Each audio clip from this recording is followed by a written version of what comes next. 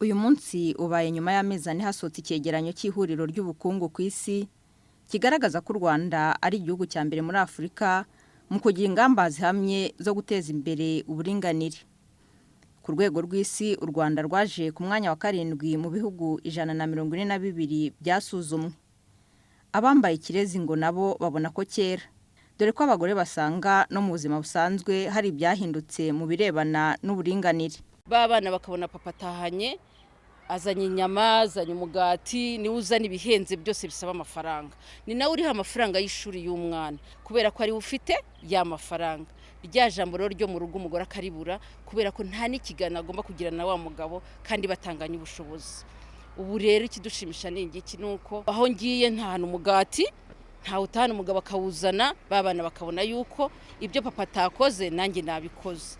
Amafaranga yo kwishuri kugira ngo bashobe kwiga nta kirihwa n'umugabo gusa, umugore arayariha. Kimwe mu by'u Rwanda rwamenyekanyeho cyane ku isi nuko ari rwo rufite umubare munini w'abagore mu nteko ishinga amategeko kuko bagize 64% by'umutwe w'abadepite.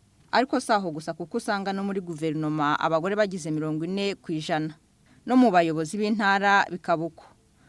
Abanyarwanda b'ingeri zitandukanye bagasanga ibyo birimo kugira uruhare mu kuzamura umugore binyuze mu kunoza amategeko ndetse n'ubuvugizi bukwiriye.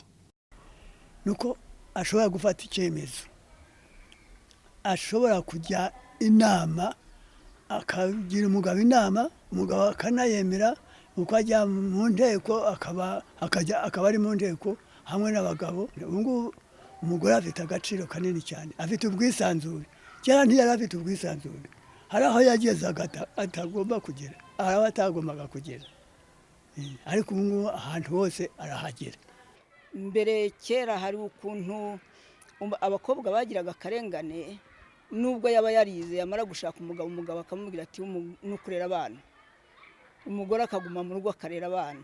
Ariko ubu ngubu umugore afite uburenganzira bwo gukora kimwe n'umugabo we, kimwe n'abandi bagakora imirimo ingana.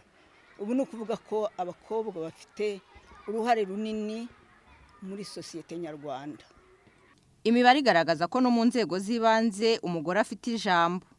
83% by'abayobozi b'uturere bungirije bashinzwe imibereho myiza n'abagore.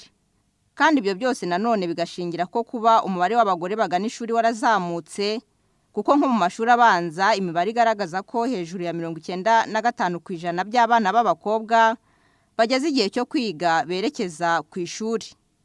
Cyakora nubwo hari ibyo u Rwanda rwishimira mu iterambere ry'umugore, nanone ngo urugendo ruracyari rurerure.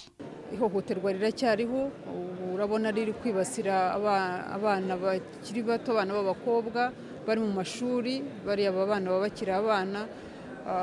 Turifuza yuko twazakora ubukangurambaga bwo ku rwego rwo hejuru ku buryo umuntu abona umwana uretse no kuba wajya kumusambanya ku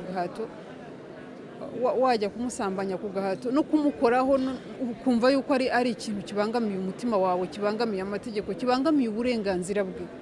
Uretse icyo kibazo cy'ihohoterwa, imibare inagaragaza ko 47% by'imiryango ibeshwaho n'abagore ibayeho mu bukene. Kandi nanone hejuru ya 80% by'abagore batunzwe n'ubuhinzi bukorwa hagamije kubona amaramuko. Cyakora nanone icyarushaho gutanga icyizere nuko umugore nawe arushaho kugerwaho na gahunda zigamije kurwanya ubukene, dore ko u Rwanda ruri mu bihugu bishimwa kubaka ubukungu butagira uwo busiga inyuma. Umukunzi Mediatrice, Televiziyo y'u Rwanda.